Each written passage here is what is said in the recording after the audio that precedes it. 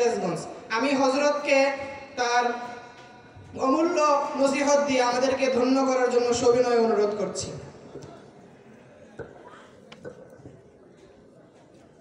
আসসালামু আলাইকুম ওয়া রাহমাতুল্লাহ। আলহামদুলিল্লাহি ওয়া কাফা ওয়া সালামুন আলা ইবাদিহিল্লাযীনা ইসতাফা, আম্মা বা'দ। সবাই পড়ুন আউযু বিল্লাহি মিনাশ শাইতানির রাজীম। বিসমিল্লাহির রাহমানির রাহিম। قد أفلح المؤمنون الذين هم في صلاتهم خاشعون والذين هم عن اللغو معرضون.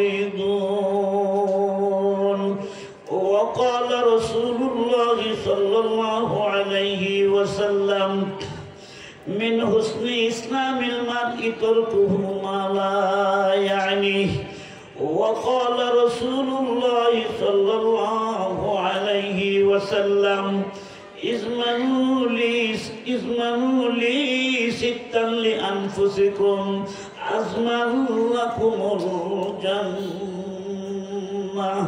محبت كلمة پر لا إله إلا الله لا إله إلا الله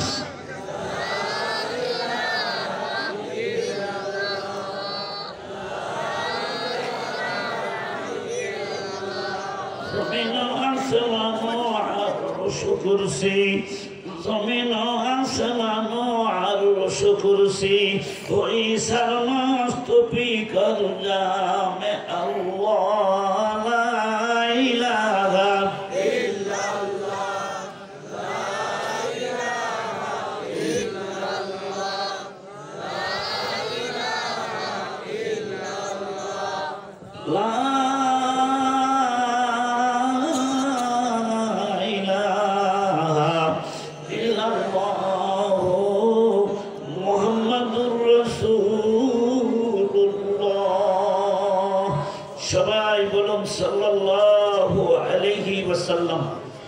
সম্মানিত আজকের মাহফিলের জনাব সভাপতি সাহেব, আমার সামনে বসা মুরব্বিয়ানে কেরাম, ওলামায়ে কেরাম, পর্দানিশীন মা ও বোনেরা, আল্লাহ পাকের লাখো শুকর যিনি আমাদেরকে আজ এত রাত পর্যন্ত কোরআন হাদিসের কথা আলোচনা শুনবার মানসিকতা নিয়ে বসে থাকার তৌফিক দিলেন, যিনি শুকরিয়া আদায় করে জোরে বলুন আলহামদুলিল্লাহ।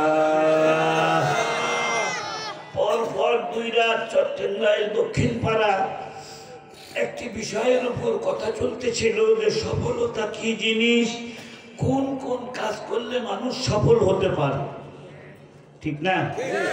ওখানে আমি কোরআন শরীফের সূরা আল বাকারার প্রথম থেকে 6টি নিদর্শন বলেছিলাম। আজকে সূরা মুমিনুন থেকে 7টি গুণের কথা বলবো, যে 7টি গুণ অর্জন করতে পারলে একজন মানুষ জান্নাতুল ফেরদাউসের অংশীদার হতে পারবে। কোন জান্নাতের অধিকারী? জান্নাতুল ফেরদাউসের ওয়ারিস হতে পারবে। ওয়ারিস কাকে বলে? ওয়ারিসের সম্পত্তি কিন্তু মাইর যায় না, কথা বল না কেন? মাইর যায়। যদি ওয়ারিসের সম্পত্তি কেউ বেঁচে খায়, ওই সম্পত্তি টিকবে? টিকবে? তা আমরা যদি ঈমান নিয়ে এই 7টা কাজ করতে পারি, জান্নাত আমাদের পৈতৃক সম্পত্তির মতো দলিল হয়ে যাবে, এটা কেউ নিতে পারবে না। এই 7টা কাজ পবিত্র কোরআন শরীফ থেকে বলবো আমি, অন্য কোনো কিতাব থেকে নয়, কোনো মানুষের গল্প নয়। কোরআন শরীফের ভিতরে আজ পর্যন্ত কোনো ব্যক্তি ভুল ধরতে পেরেছে? আমি আজকে একটা জরিপে দেখলাম আমাদের বাংলাদেশে এ পর্যন্ত খ্রিস্টানরা 9 লক্ষ মুসলমানকে খ্রিস্টান বানাইছে। 9,000 না, কিন্তু 9 লাখ হিন্দুকে খ্রিস্টান বানায় নাই, মুসলমানকে খ্রিস্টান বানাইছে। টাকার লোভ দেখায়া, নারীর লোভ দেখায়া পাইছে তো এই কচুটা, পাইছে কি কচু। কইছে বাড়ি করে দেবো, ঘর করে দেবো, সব করে দেবো, কিছুই নয়। 5 কেজি সয়াবিনের তেল আর কি কি দিয়া বুঝ দিছে, পরে দেবো, কাজ করলে টাকা পাইবে। এইরকম একটা জরিপে আসছে গোপনে গোপনেরা মুসলমানকে খ্রিস্টান বানাচ্ছে। মুসলমানের শত্রু ইহুদি আর খ্রিস্টান আগের থেকেই আছে। বন্ধুরা আমার, খুব হুঁশিয়ার হয়ে যাবেন। প্রত্যেক জিনিসেরই একটি চিহ্ন আছে, ইমানের চিহ্ন কিছু নেক আমল। আমল যদি না থাকে ইমান কিন্তু ঠিক থাকবে না। ইমান তো বিশ্বাসের নাম, বিশ্বাস তো মুসলমানের ঠিকই আছে। জবান খুলে বলুন তো আল্লাহ কয়জন? তাই না আমার? আখেরাত সত্য না মিথ্যা? এটা বিশ্বাস আছে না নাই? নবী সত্য না মিথ্যা? কেউ যদি আমার নবীর বিরুদ্ধে গালি দেয় আপনার চোখের সামনে, আপনার কি বরদাস্ত হবে? এটা হবে? হবে না। বন্ধুরা আমার, নবীকে গালি দেওয়ার অপরাধে দণ্ডিত যে হবে শাতিমুর রাসূল, রাসূলকে যে গালি দিবে, মুসলিম সরকারের জন্য ফরজ ওই লোকটাকে হত্যা করা। এটা ইসলামের আইন। শাতিমে রাসূলকে হত্যা করা ফরজ। বন্ধুরা আমার, সরকার যদি হত্যা না করে এজন্য সরকার দায়ী। কেউ যদি ক্ষমতা নিজের হাতে তুলে নিয়ে মেরে ফেলায়, যেমন আমাদের বাংলাদেশে ঘটছে, ক্ষমতা নিজের হাতে তুলে নিয়ে মেরে ফেলাইছে, তাদের ফাঁসির অর্ডার হয়েছে, তারা ফাঁসি কাটতে যেতে রেডি, প্রস্তুত আছে। ইসলাম তোমাকে বলে নাই যে তুমি আগে এই কামটা করো, এ দায়িত্ব সরকারের, এ দায়িত্ব কার? কিন্তু কেউ যদি উইলিংলি এটা করে তাকে তিরস্কার করা যাবে না। তার কারণ ভবিষ্যতেও হয়ে আসছে এইরকম। রাসূল বলছেন কাব বিন আশরাফকে কে মারতে পারবে রে? কয়েকজন সাহাবীকে হুজুর আমি পারবো, তো বাইরে থিয়া। কিন্তু রাসূল তো প্রেসিডেন্ট ছিলেন। রাসূল কি প্রেসিডেন্ট? ক্ষমতা নিজের হাতে তুলে নেওয়া যাবে না। তবে কেউ যদি শাতিমে রাসূলকে হত্যা করে উইলিংলি, তাকেও আমরা তিরস্কার করতে পারি না। কারণ চোখের সামনে যদি কারো মা ধর্ষিতা হয়, কারো বোন ধর্ষিতা হয়, কারো মেয়ে ধর্ষিতা হয়, এই মানুষের মাথায় কি রক্ত ঠিক থাকে? জোরে বলেন থাকে? থাকে না। সে যদি প্রতিশোধ নিতে যায় লোকটাকে মাইরা ফেলায়, এটা কোন হতেই তো পারে। ইমানদারের কাছে মায়ের সাথে বোনের চাইতে নিজের সব কিছু চাইতে নবীর দাম বেশি।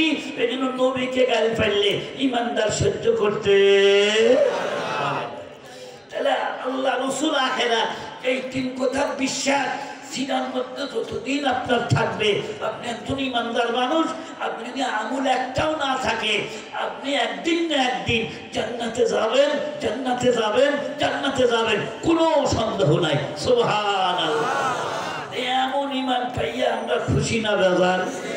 আমরা খুশি হতে পেরেছি। আসুন, লম্বা সময় নয়, আজকে মূল আলোচনায় যাচ্ছি। বলুন সবাই বিসমিল্লাহির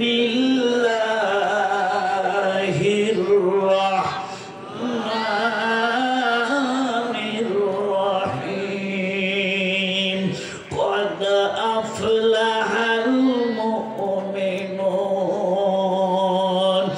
الذين هم في صلاتهم خاشعون।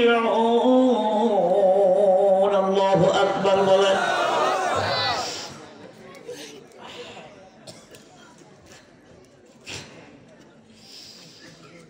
ইমানদার আর বেঈমানের পার্থক্য নামাজ। আমি সেদিন বলেছি, ইমানদারের কাছে টাকা নাই, ইমান আছে। খ্রিস্টানের কাছে টাকা আছে, ইমান নাই। কথা বলেন ঠিক না বেঠিক? একটা ইহুদির কাছে টাকা আছে, সুন্দরী নারী আছে, কিন্তু ইমান নাই।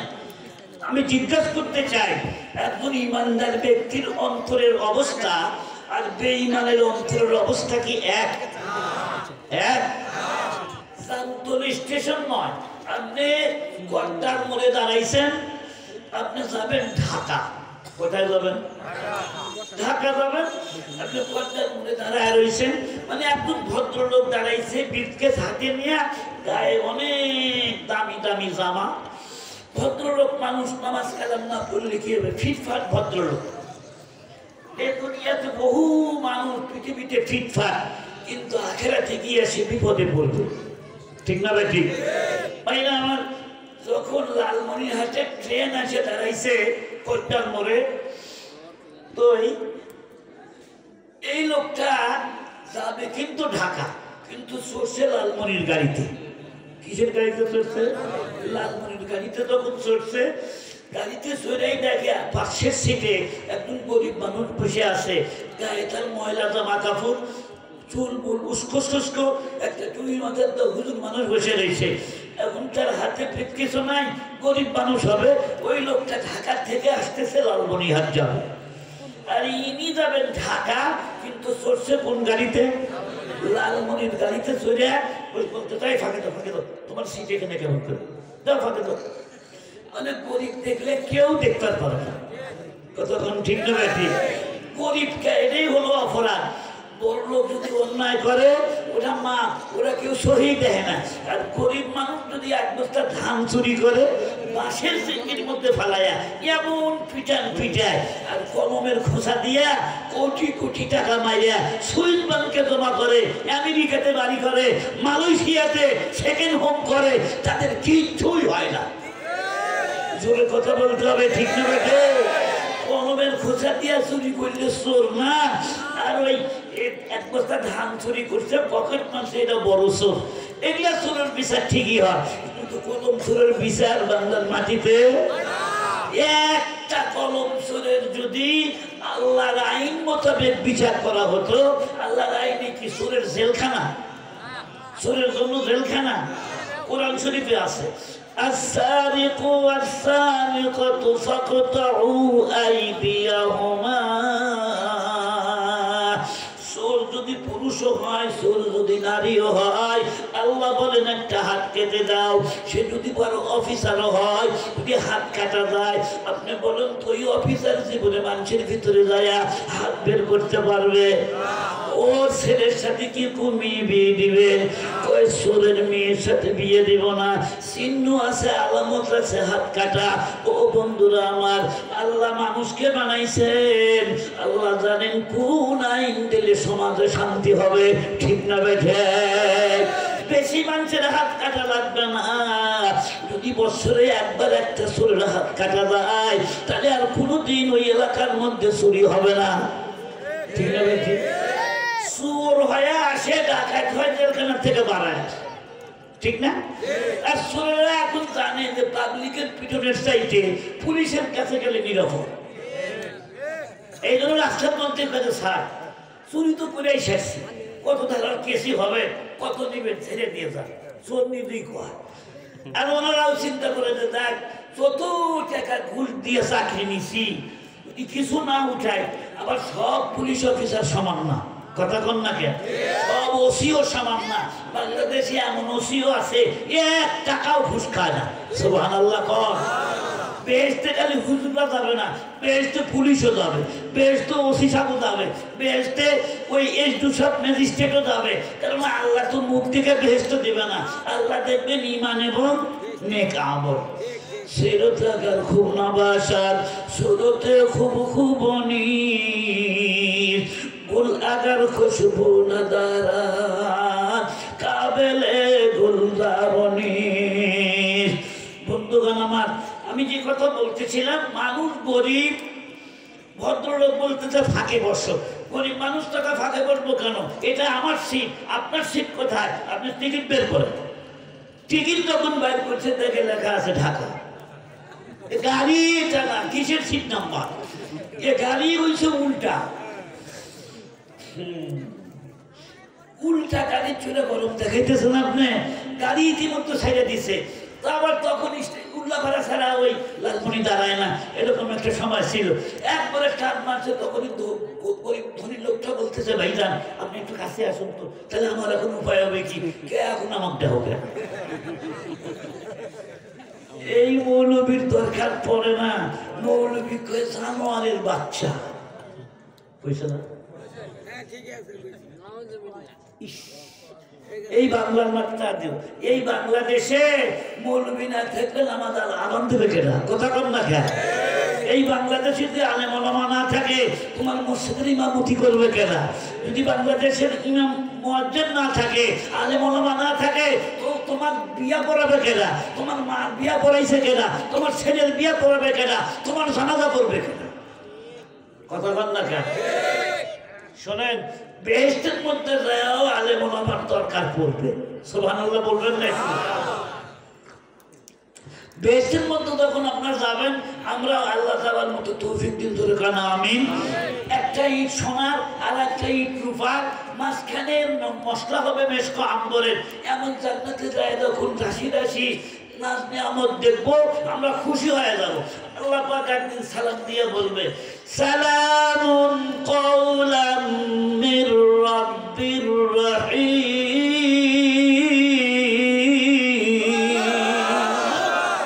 ও আমার বেহেশতি বান্দা-বান্দি, আমার পক্ষ থেকে তোমাদের প্রতি সালাম। সুবহানাল্লাহ বলেন। আল্লাহ নিজে সালাম দিবেন। আল্লাহ তখন কুদরতি কণ্ঠ দিয়ে বলবেন, ও বেহেশতিরা, আমি যে বেহেশত তোমাদেরকে দিলাম, এটা পাইয়া তোমরা খুশি না বেজার? আমি যা ওয়াদা করছিলাম তোমরা সব পাইছো কি পাও নাই? বেহেশতিরা তখন বলবে, মাবুদ, মা লা আইনুন রাআত ওয়ালা উযুনুন সামিআত ওয়ালা খাতরা আলা কলবি বাশার। জীবনে যা কোনোদিন কল্পনা করিনি তাই আমরা পাইছি, আর কি পেতে পারি? সাধারণ মানুষ বলবে সবই পাইছি, কিন্তু কিছু মানুষ বলবে, শোন, না যাই না কথা বলিস না, হুজুরদের কাছে জিজ্ঞাসা কর কি বাকি আছে এখনো। জান্নাতের বাড়িতেও আলেমের প্রয়োজন পড়বে। সুবহানাল্লাহ। তখন বলবে, হুজুর দেখেন তো কি বাকি আছে, আপনি তো আলেম ওলামা না, আপনি দেখেন তো কি বাকি আছে। আলেম ওলামা তখন বলবে, হ্যাঁ একটা জিনিসই বাকি আছে, সবই পাইছি, ওই একটা জিনিস পাই নাই। হরগাল মানজতে নামতা হায়তু, হরগাল মানজতে নামতা হায়তু, সবসে বেহতর নামতে দিদারে তু। ও মাবুদ, আজীবন তোমাকে না দেখে ইবাদত বন্দেগী করেছি, তুমি তোমার নবীর কাছে ওয়াদা করেছো, সাতারাউনা রাব্বাকুম কামা তারাউনাল কামারা ফি লাইলাতি কামালি। কিয়ামতের ময়দানে বেহেশতের মধ্যে আমি আল্লাহ তোমাদের সঙ্গে দেখা দেব। পূর্ণিমার চাঁদ দেখতে যেমন মানুষের কোনো অসুবিধা হয় না, বেহেশতের মধ্যে আল্লাহকে দেখতে মানুষের অসুবিধা হবে না। আলেম ওলামা তখন বলবে, আল্লাহ হরগাল মানজতে নামতা হায়তু, সবসে বেহতর নামতে দিদারে তু। হুরগাল মান দিয়ে কি করবো? এটা তুচ্ছ নিয়ামত। সবচাইতে বড় নিয়ামত হলো আমরা তোমাকে দেখতে চাই। মাবুদ, সবই পাইছি কিন্তু তোমার দিদার পাই নাই। সুবহানাল্লাহ। আলেম ওলামার কথা শোনা পাবলিকও বলে, হ্যাঁ আল্লাহ তোমার দেখতে চাই। আল্লাহ তখন ঘোষণা দিবেন, ময়দানে মসজিদে আসো, জুমার দিনে একত্রিত হও। আমরা সব মানুষ যার বেহেশত থেকে উড়াল দিয়ে ওই ঘরে চলে যাবো। সুবহানাল্লাহ। পাখা লাগবে না, উড়াল দিয়ে যায় ঘরের মধ্যে পড়বো। পাখা কি? যখন উড়াল দিবে তখন সব বেহেশতিরা বলবে একসাথে, বিসমিল্লাহির রাহমানির রাহিম। বিসমিল্লাহর বা উচ্চারণ শুরু হওয়ার সাথে সাথেই বান্দা উঠতে থাকবে। রহিম বলা যখন শেষ হয়ে যাবে, সব বেহেশতিরা ময়দানে মসজিদে একত্রিত হবে। ময়দানে মসজিদে যায় দেখবে এক দুইজন মানুষ নয়, অসংখ্য অগণিত মানুষ। মাঝখানে হলো একটা স্টেজ, আর স্টেজের মধ্যে বসা আছেন প্রধান বক্তা মুহাম্মদুর রাসূলুল্লাহ সাল্লাল্লাহু আলাইহি। সভাপতি স্বয়ং আল্লাহ।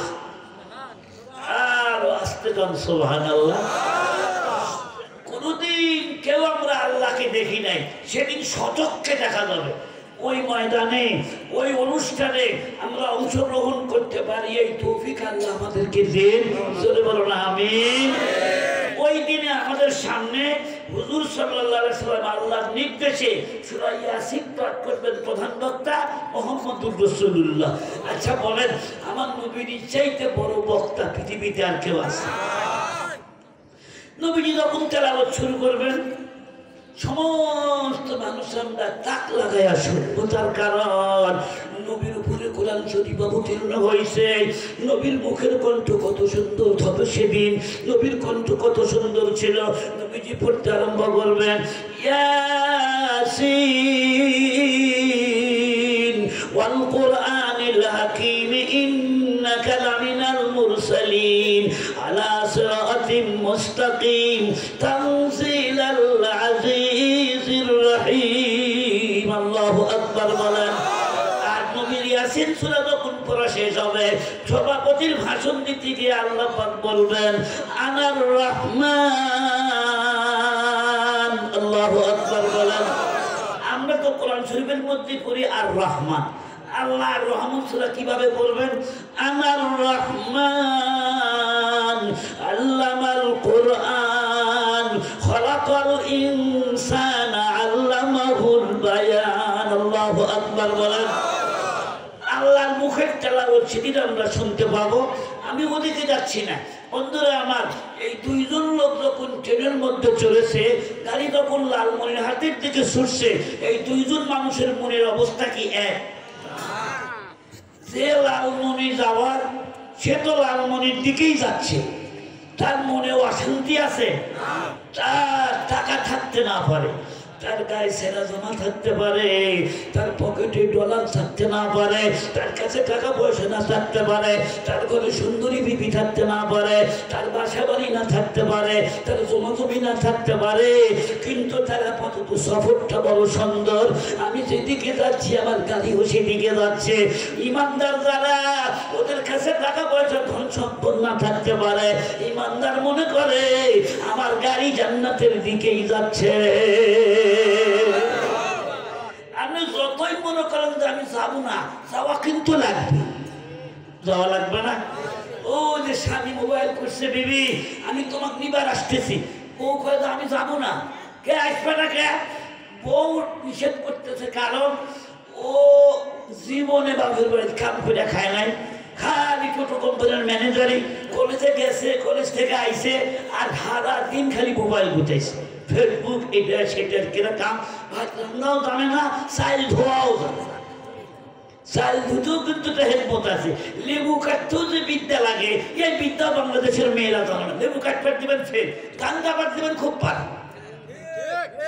কথা কয় না রে?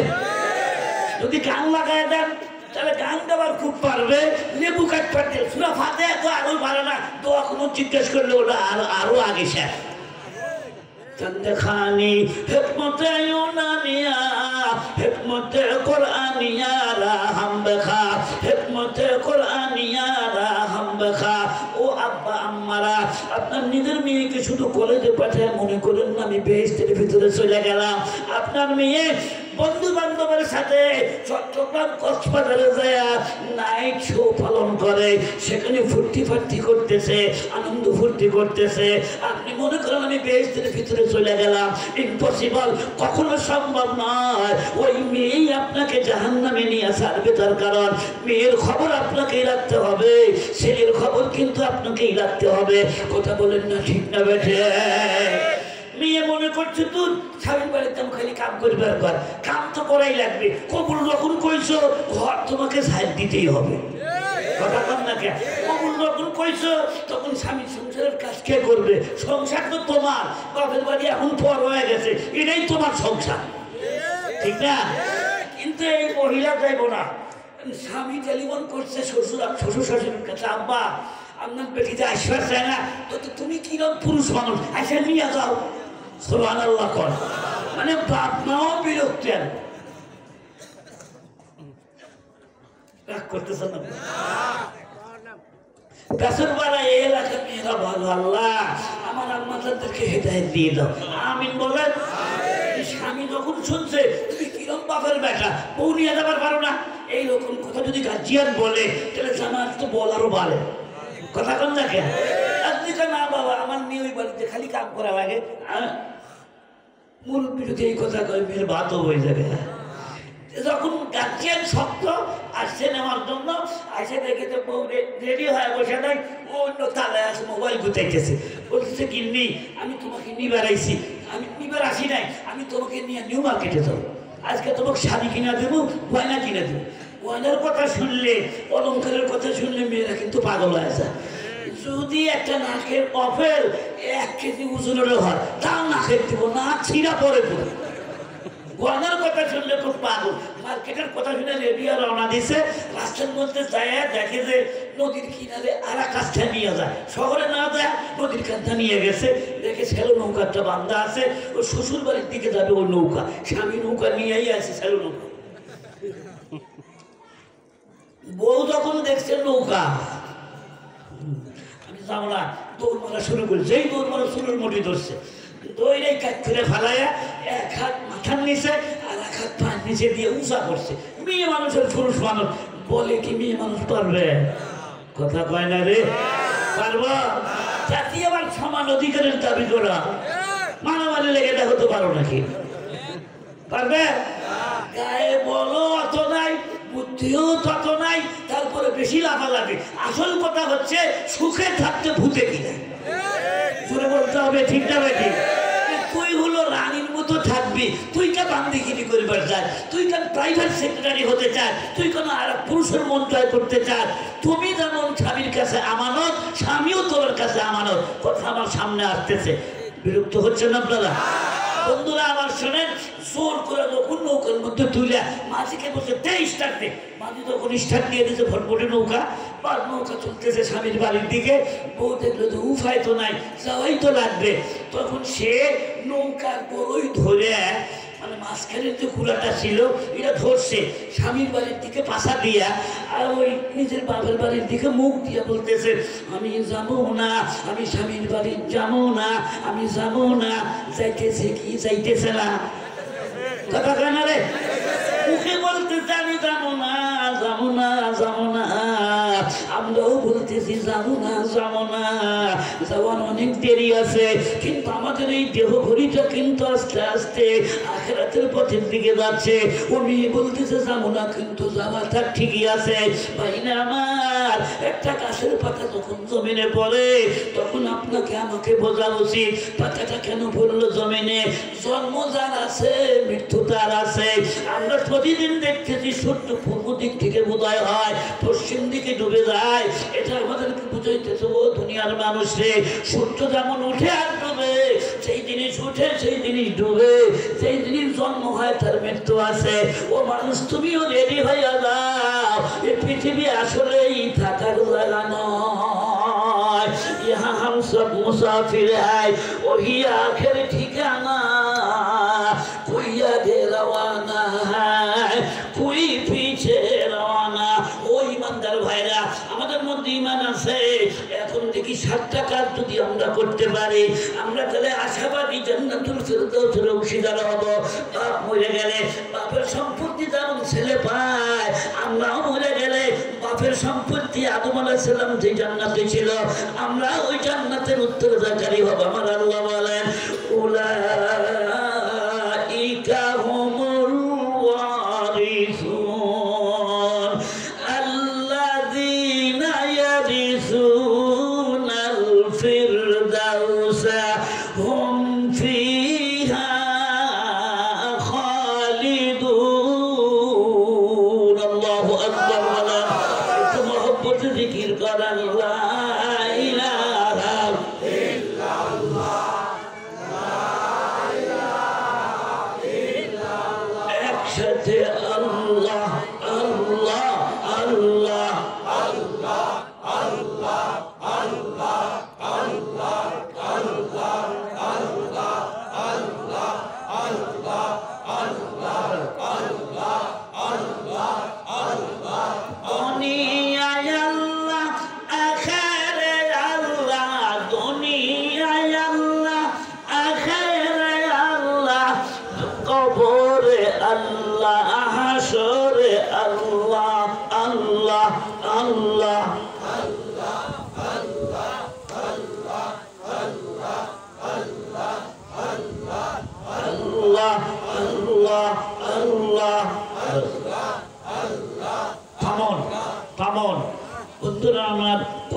করতে হবে? 7টা কাজ। 7টা কাজের প্রথম নাম্বার কাজ হচ্ছে, বলুন সবাই, বিসমিল্লাহির রাহমানির রাহিম আল্লাযীনা হুম ফি সালাতিহিম খাশিউন। দুরকাম সুবহানাল্লাহ। জান্নাতুল ফেরদাউসের ওয়ারিস হবে ওরা যারা ঈমান আনিয়ে নামাজ তো পড়বেই, 5 ওয়াক্তই পড়বে, কিন্তু জানতেন নামাজ পড়লে হবে না।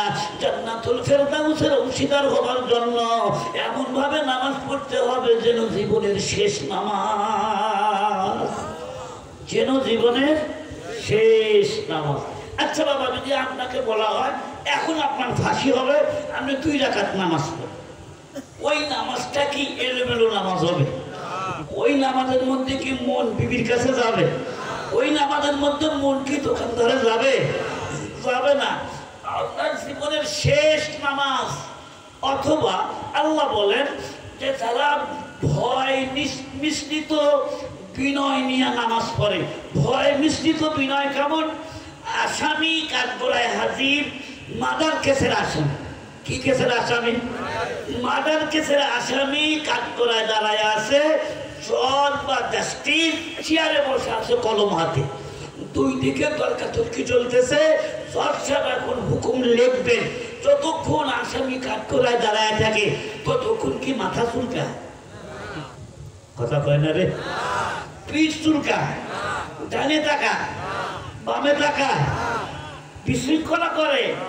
যতই মাস্তান হোক, জজ সামনে বসা আছে, বাস এই যে হাত জোর করে দাঁড়ায় রয়েছে, ডানে তাকায় না, বামে তাকায় না।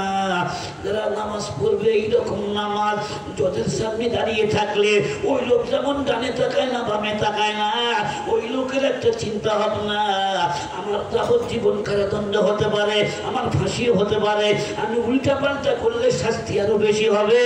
এই বন্ধুরা আমার, সাইলামানে যখন দাঁড়াবো তখন মনে রাখতে হবে জজের সামনে নয়, আমি আমার হাকামুল হাকিমিন আল্লাহর সামনে দাঁড়ায় আছি।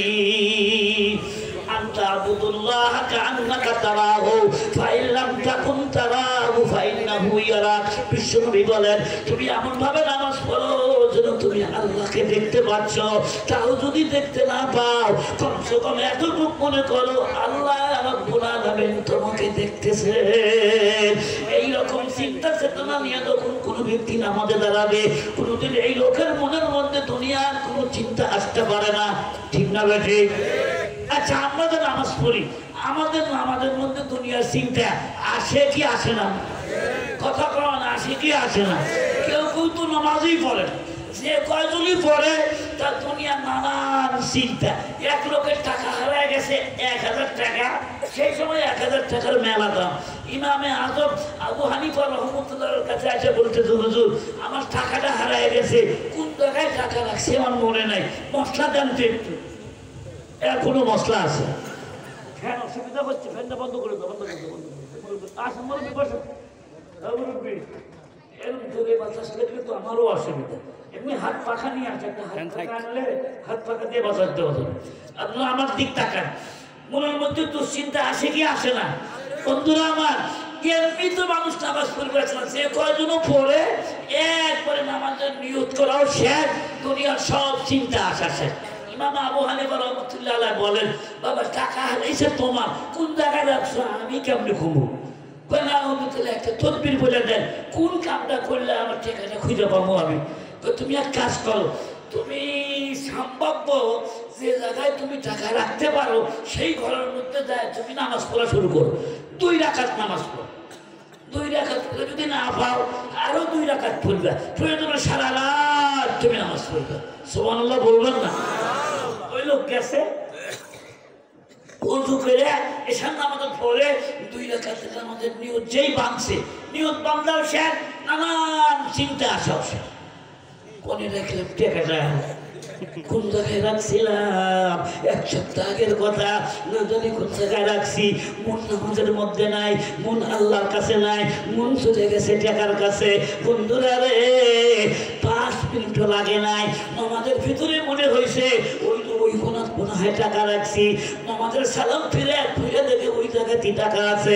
ইমাম সাহেবের কাছে যাবো, হুজুর আপনি হলেন বড় হুজুর, আপনি কি তকবীর শিখে দিলেন আমারে। আমি যখনই নামাজের নিয়ত বানছি তখনই মনে হয়ে গেছে। আবু হানিফা বলে, বাবা রে, টাকা যখন পাইলে তোমার উচিত ছিল শুকরিয়া স্বরূপ সারা রাত নফল নামাজ পড়া। তাহলে পরে তুমি আমার কাছে আসলে কেন? আমাদের নামাজ তো এইরকম নামাজ, আমাদের নিয়ত করার সাথে সাথেই দুনিয়ার দুশ্চিন্তা মাথার মধ্যে, এই মাথার মধ্যে দুশ্চিন্তা ঢুকায় দেয় কিনা? শয়তান। মাথার মধ্যে দুশ্চিন্তা ঢুকায় শয়তান। সিনেমার হলে শয়তান থাকে না। সিনেমার হলে শয়তান করে আমি এনে যা কি করবো, ব্যক্তি আমার খলিফা, তাই না? এনে তো আমার কোনো কাম নাই, আমার দায়িত্ব ওদের দিয়ে দিছি। আমি মসজিদ করে যাই, মাদ্রাসায় যাই, তাহাজ্জুদ গুজার ব্যক্তির কাছে যাই। বড় ফির আব্দুল কাদের জিলানীর কাছে তাহাজ্জুদের সময় শয়তান এসে কয়, এ আব্দুল কাদের জিলানী, হে আব্দুল কাদের জিলানী, আমি আল্লাহ বলতেছি। নাউজুবিল্লাহ বলবেন না? তোমার আর নামাজ পড়া লাগবে না, আজকের থেকে এত কষ্ট করে নামাজ পড়বা কেন? আব্দুল কাদের জিলানী চিন্তা করলো, এটা আবার কোন শয়তান? বাইরে এসে বলতেছে, আমি তো আল্লাহ না, আর তুইও আমার আল্লাহ না, আমি বন্দা, আর বন্দার কাজ বন্দেগী করা, তাই একদিন না। وَاعْبُدْ رَبَّكَ حَتَّى يَأْتِيَكَ الْيَقِينُ। মৃত্যু পর্যন্ত ইবাদত করা হলো বান্দার কাজ। লা হাওলা ওয়ালা কুওয়াতা ইল্লা বিল্লাহ। তুই এখান থেকে চলে যা, শয়তান দূরে চলে গেছে। ও বন্ধুরা রে আমার, নামাজ যখন দাঁড়াইবেন নানান চিন্তা আসবে। আমি আমার মা বোনদেরকে বলবো, ভাইজানদেরকে বলবো, তাই বলে নামাজ পড়া বাদ দিয়েন না, ওই অবস্থায় নামাজ পড়েন। আপনার নামাজ যেমনই হোক না কেন, আমার আল্লাহ যদি কুদরতের দৃষ্টি দিয়ে একবার তাকায়, ওই ভাঙ্গা চূড়া নামাজ কবুল করে আপনাকে জান্নাতি বানায়া দিবে। আমার দেশের মা বোনরা যখন এই ঢেকিতে চাল বানতো, আগে ধান বানতো না, এখন বলে এখন ঢেকি আছে। ও এই জন্য তো ব্লাড প্রেশারটা আছে, সব আমার মা বোনদের ধরে গেছে। আমরাও যেমন অলস হয়েছি, মা বোনরা অলস। ধান বানাও লাগে না, আর পাটার মধ্যে শিল পাটা দিয়ে কষ্ট করে হলুদ পাটা লাগে। মরিচ বাটা অত কষ্ট না, মরিচ বাটাও কষ্ট আছে, মরিচ বাটলে হাত জ্বলে, হাত জ্বলে না, সব মেয়ের হাত জ্বলে না, ওর পাটে হাত জ্বলে না। আম্মাদানদেরকে বলি, আম্মাদানরা শোনেন, এই আপনারা যখন এগুলা বাদ দিছেন, আল্লাহও আমাদের বিপদ বাড়ায় দিছে। কথা কম না, ঠিক না বেশি? যত বেড়ান সব এসে ধরছে। বন্ধুরা আমার, আমি আরজ করতেছিলাম, একজন মহিলা খুব নামাজ পড়ে, দিনদার মহিলা, কিন্তু গরিব মানুষ, খুব তো নামাজ নষ্ট করে না। সুবহানাল্লাহ কোন? স্বামীর খেদমত করে, কিন্তু কপাল খারাপ, স্বামী হলো বেনামাজি। স্বামী কি? খালি বেনামাজি না, দাড়িও নাই, দাড়িও চাষে, মুছও চাষে। দাড়ি খালি চাষে তাও তো হলো নি, দাড়িও চাষে, মুছও চাষে। দাড়ি আর মুছ দুটাই যদি একসাথে চাষে, এইটা কিন্তু মহিলা দেখা যায়। কথা বল না? এক হুজুর রাস্তা দিয়ে যাচ্ছে, এক ছেলে হুজুরকে দেখে চিল্লান দিছে, কান্দা উঠছে। ছেলের বাবা এসে বলতে, ছেলেকে কোলে দিয়েছে, সব থেমে গেছে। বলতে তো হুজুর দেখেন, আপনাদের লম্বা পাগড়ি আর লম্বা দাড়ি দেখলে আপনাকে এই বাচ্চারাও জঙ্গি জঙ্গি মনে করে ভয় পাইছে। দেখেন আমার কাছে থেমে গেল। হুজুর কয়, না, তোমার কাছে যা থামছে তা না, তুমি বাপ হিসাবে দেখে থামে নাই, তোমাকে মনে করছে সে তার, তোমার সে হলো, তুমি হলে তার মা। কারণ তার মায়ের মুখে তো দাড়ি নেই, তোমার মুখে তো দাড়ি। মা মনে করে থামছে, বাপ মনে করে থামে নাই। কথা কান দেখা, দাড়িও নাই, মুছও নাই। আল্লাহর সৃষ্টিকে পরিবর্তন করবেন না, এটা হারাম, নিষিদ্ধ। বন্ধুরা আমার, স্বামী একদিন বলতেছে, ভাই তুই এত নামাজ পরিষ্কার কত দেখি, কত বেহেশত পাবার লাগে। সুবহানাল্লাহ। আসলে নামাজ পড়লে পুরস্কার আছে না নাই? নামাজ যদি কোনো ব্যক্তি 5 ওয়াক্ত পড়ে, আল্লাহ রসুল বলেছেন জান্নাত তার অবধারিত। আল্লাহু আকবার। স্বামী বলতেছে ওই জন্যই আমি নামাজ পড়বো না। কে বেহেশতে যাবে খালি গরিব মানুষ, বেলালে হাফসি, তারপরে সুমাইয়া, এই সমস্ত গরিব মানুষ বেহেশতে যাবে।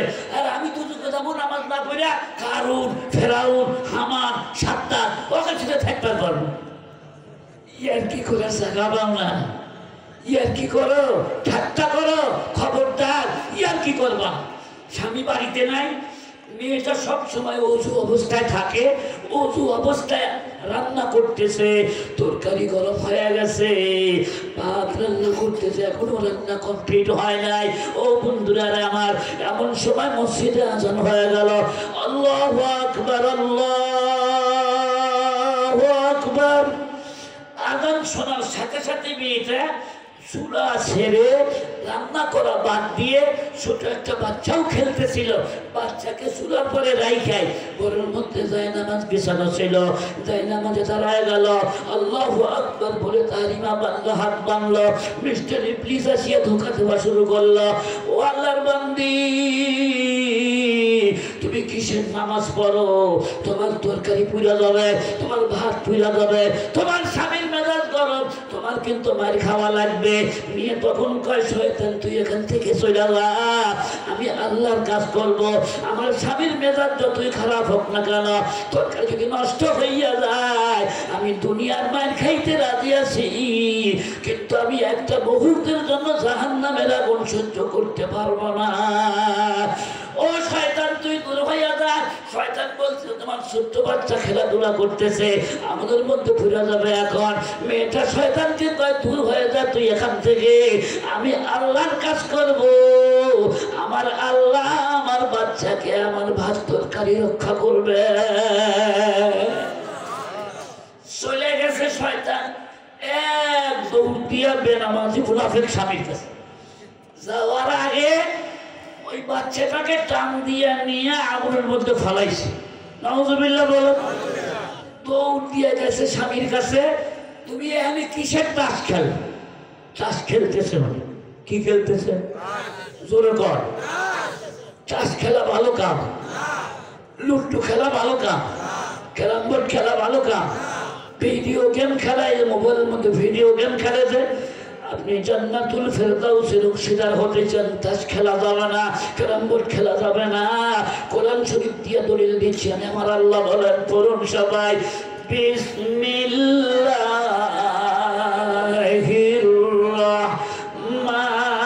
রাহমানির রাহিম, ওয়াল্লাযীনা হুম আনিল লাগুবি মুরিদুন।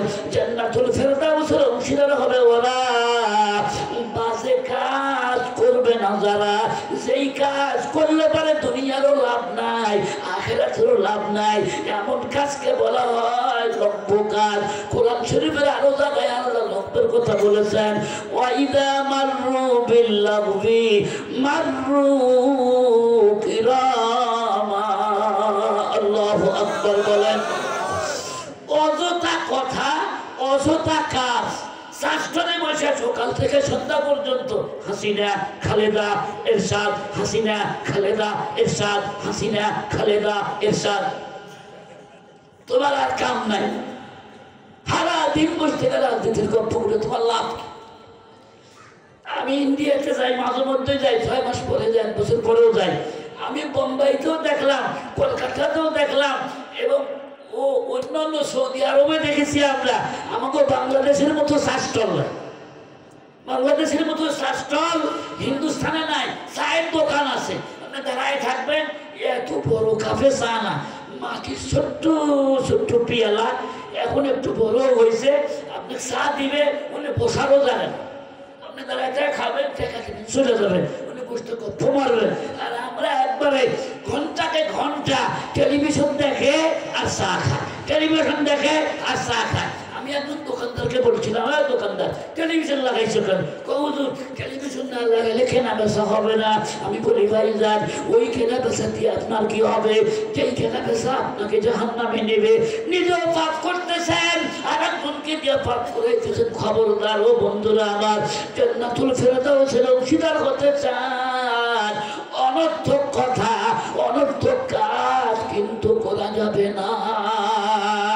অনর্থক কাজ হলো তাস খেলা, জুয়া খেলা, দাব্বা খেলা, ফুটবল খেলা।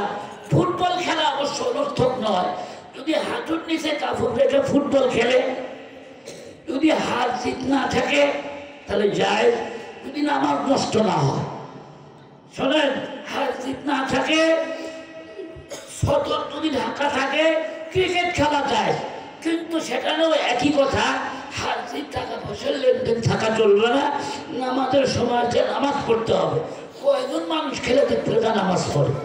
তাই আমার শোনেন, যদি আল্লাহ জান্নাতের অংশীদার হতে চাই, আজকের থেকে তওবা করি। আমরা শাস্ত্রে যদি চা খাইতেও যাই, খাইয়া দেয়া চলে আসেন বাবারা, গল্প গুজবে মাইতে বসেন না।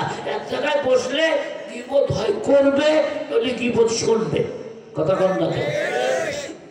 মেয়েটা কিন্তু নামাজ পড়তেই আছে, আর মেয়ের স্বামী ওই তাসের আড্ডা আছে, মিস্টার ইবলিস বসে নাই, মিস্টার ইবলিস ওই জায়গাতেই গেছে।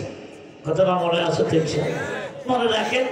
এবার 3 নম্বরে যে কাজটা করতে হবে, 3 নম্বর কাজটা কি আমার আল্লাহ বলেন, ওয়াল্লাযীনা হুম লিযাকাতি ফাইলুন। মানুষের অন্তরের মধ্যে একটা গোষ্ঠের টুকরা আছে, আলা ইন্না ফিল জাসাদি লামুদগা ইদা সালুহাত সালুহাল জাসাদু কুল্লুহু ওয়া ইদা ফাসাদাত ফাসাদাল জাসাদু কুল্লুহু। প্রত্যেকটা মানুষ, নারী হোক আর পুরুষ হোক, প্রত্যেকটা মানুষের সিনার মধ্যে একটা গোষ্ঠের টুকরা আছে। ওই গোষ্ঠের টুকরা যদি পবিত্র হইয়া যায়, ওই মানুষের গোটা দেহ পবিত্র হইয়া যায়। আর ওই গোষ্ঠের টুকরা যদি অপবিত্র হইয়া যায় পছন্দরে, তাহলে গোটা দেহই পছন্দরে ক্যান্সারের চাইতেও খারাপ হইয়া যায়। বিশ্ব নবী বলেন ওই গোষ্ঠের টুকরার নাম হলো কলব। আলা ওয়াহিয়াল কলব, সেটা হলো কলব। বাম পাশে স্তনের 2 আঙ্গুল নিচে কলবের মকাম, এখানে লাফায় না, একটা হৃৎপিণ্ড লাফায় না, লাফায় না, ওটাই হলো আসল জিনিস। ওইটা যদি নষ্ট হয়ে যায় গোটা দেহই শেষ। এই জিনিস, এই কলবটা নষ্ট হয় 7টা জিনিসের দ্বারায়। 1 নম্বর নষ্ট হয় শিরকের দ্বারায়, 2 নম্বর নষ্ট হয় রিয়া বা লৌকিকতার দ্বারায়, 3 নম্বর নষ্ট হয় অহংকারের দ্বারায়, 4 নম্বর নষ্ট হয় হিংসার দ্বারায়, 5 নম্বর নষ্ট হয় দুনিয়ার মান সম্মানের মোহ, 6 নম্বরে টাকা পয়সার মোহ, 7 নম্বরে কৃপণতা। এই 7টা ব্যারাম মানুষের কলবের মধ্যে যা লাগে। 1 নম্বর শিরক। 1 নম্বর ভাইরাসের নাম কি? শিরক। একটু জোরে বলুন, 1 নম্বর ভাইরাসের নাম কি? শিরক। আল্লাহ পাক সব গুনাহ মানুষের মাফ করবেন, শুধু একটা গুনাহ মাফ করবেন না, সেই গুনাহটার নাম শিরক। শিরক কাকে বলে? আল্লাহর সাথে কাউকে শরীক করা। আপনারা বলুন তো, ছেলে মেয়ে দেওয়ার মালিক কে?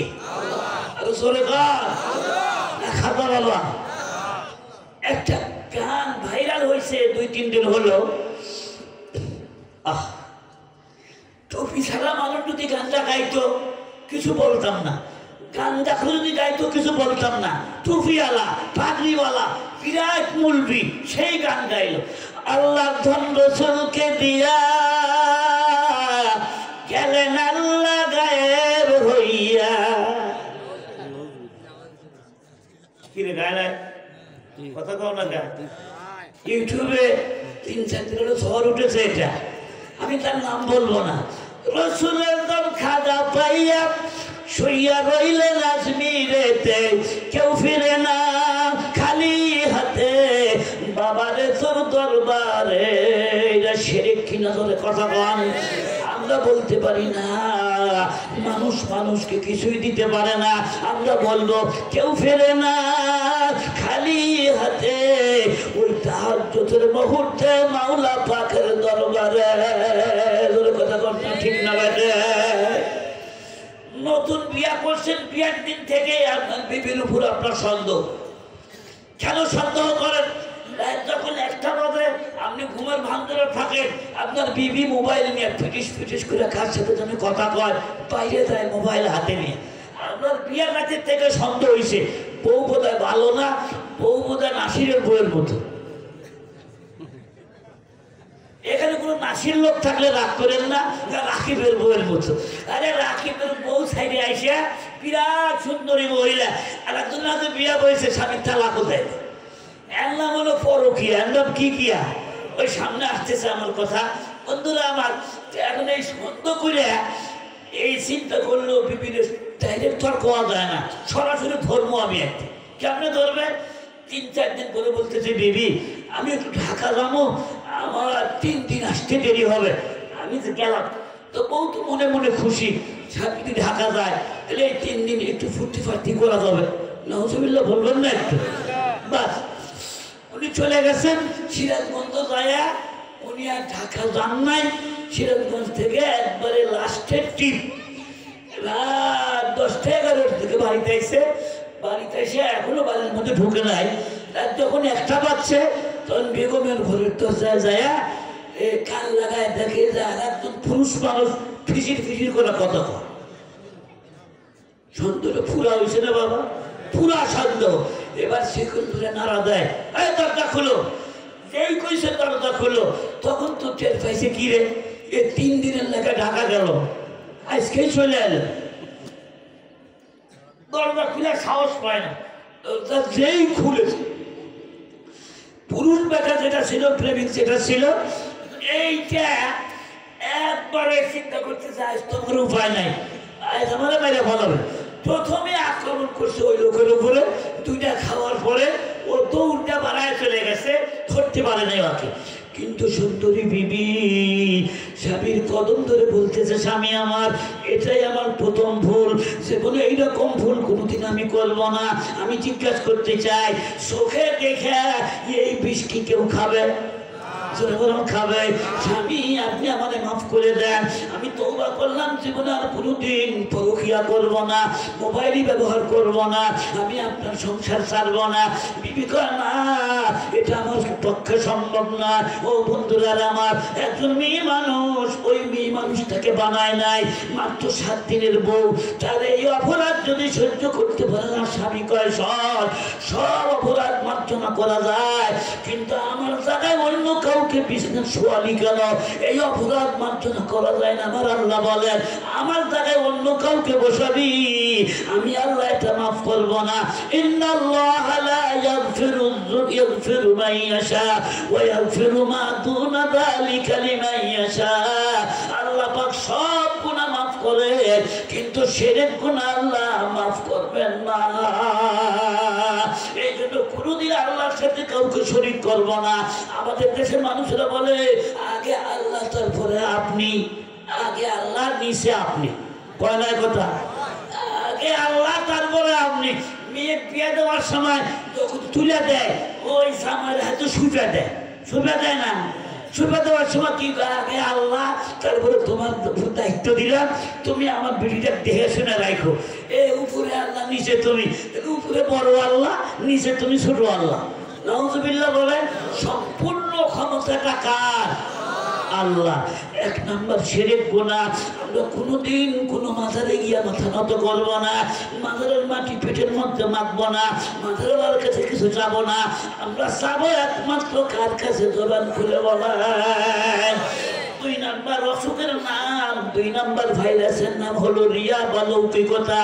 ইন্নাল্লাহ লা ইয়ানজুরু ইলা সুওয়ারিকুম ওয়া আমওয়ালিকুম ওয়ালাকিন ইয়ানজুরু ইলা কুলুবিকুম ওয়া আমালিকুম।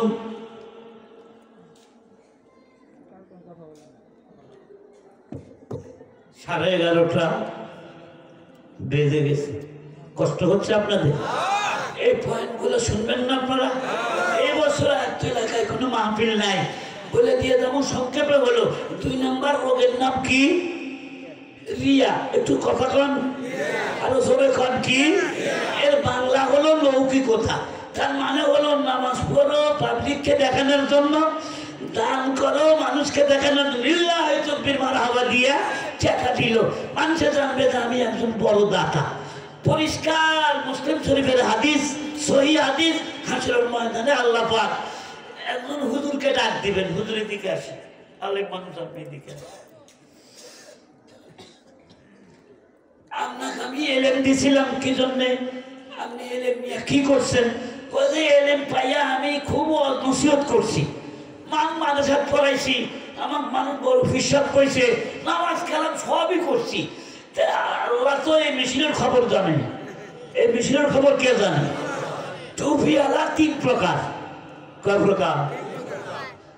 1 নম্বর টুপিওয়ালা জীবন চলে যাবে, হক কথা ছাড়বে না। আছে না নাই? আছে না নাই? इत्तेबाए अबू हनीफा की सनद जिंदा न है, हम बोली होता है पूरे पीठ पर खाने के बाद। 2 নম্বর আলেম, হক কথা বলতে গেলে যদি জীবন চলে যায়, প্রাণের আশঙ্কা থাকে, শরীয়ত তাকে অনুমতি দিয়েছে, সে অবশ্য সব জায়গায় মুখ খুলে না বটে, কিন্তু অন্তরের মধ্যে রক্তক্ষরণ হয়, আমি বলতে পারলাম না কথাটা, এই কাজ আমার পছন্দ না, ঠিক না বেশি? এরাও নাজাত পাবে। আর একদল টুপিওয়ালা থাকবে সরকারি, আবুল ফজল ফয়েজের মতো, ওদের কাজ হলো বাদশাহ আকবরের দরবারে কিছু আলেম ছিল, ওই আলেম বাচ্চাদেরকে পাম দিত। কি দিত? বাচ্চা যেটা মনে হয় সেটা করবে, আর মৌলবীরা ফতুয়া দেবে এটা জায়েজ, আপনি করেন।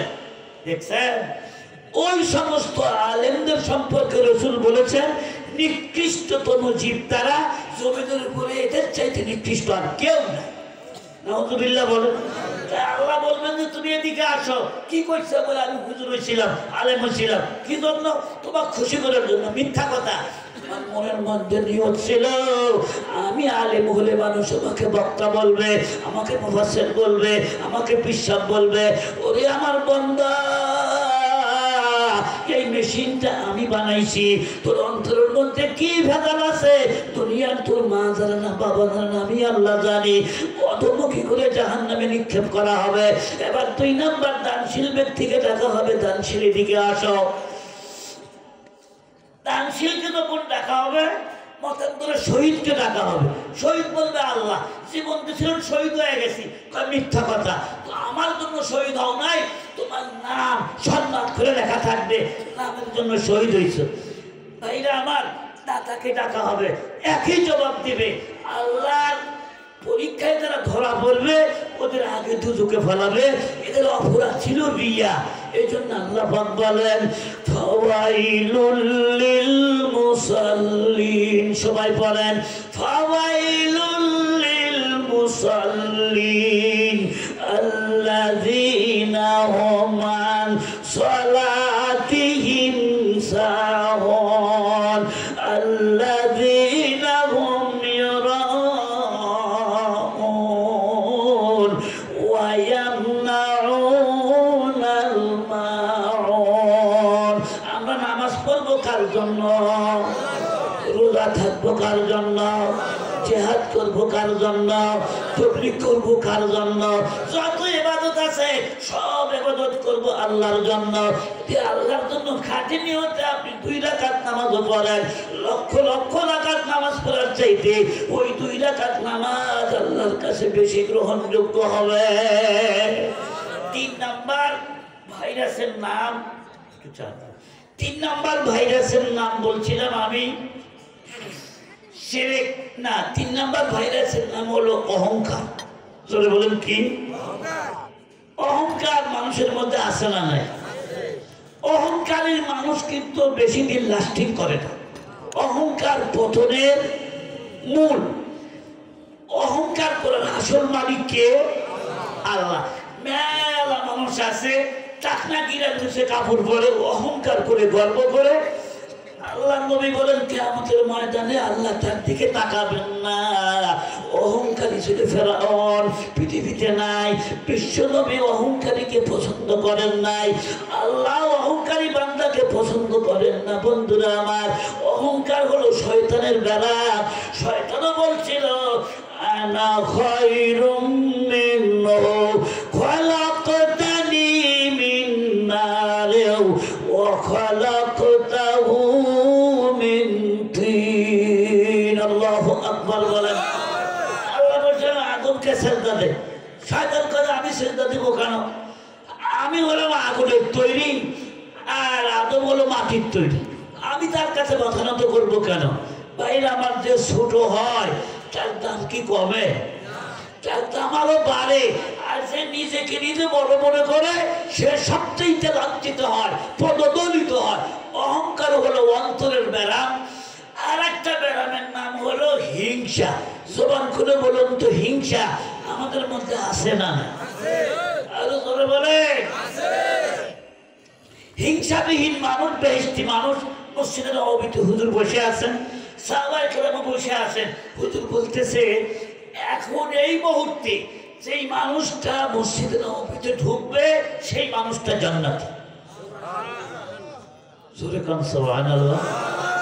সাহাবীরা তাকায় আছে কোন মানুষটা ঢুকে। 10 মিনিটও যাওয়া লাগলো না, একজন সাহাবী ওযু করে বাম হাত দিয়ে জুতা ধরছে, জুতার পানি পড়তেছে আর দাঁড়ির থেকে পানিগুলা লটকা লটকা পড়তেছে। উনি মসজিদের মধ্যে ঢুকলেন।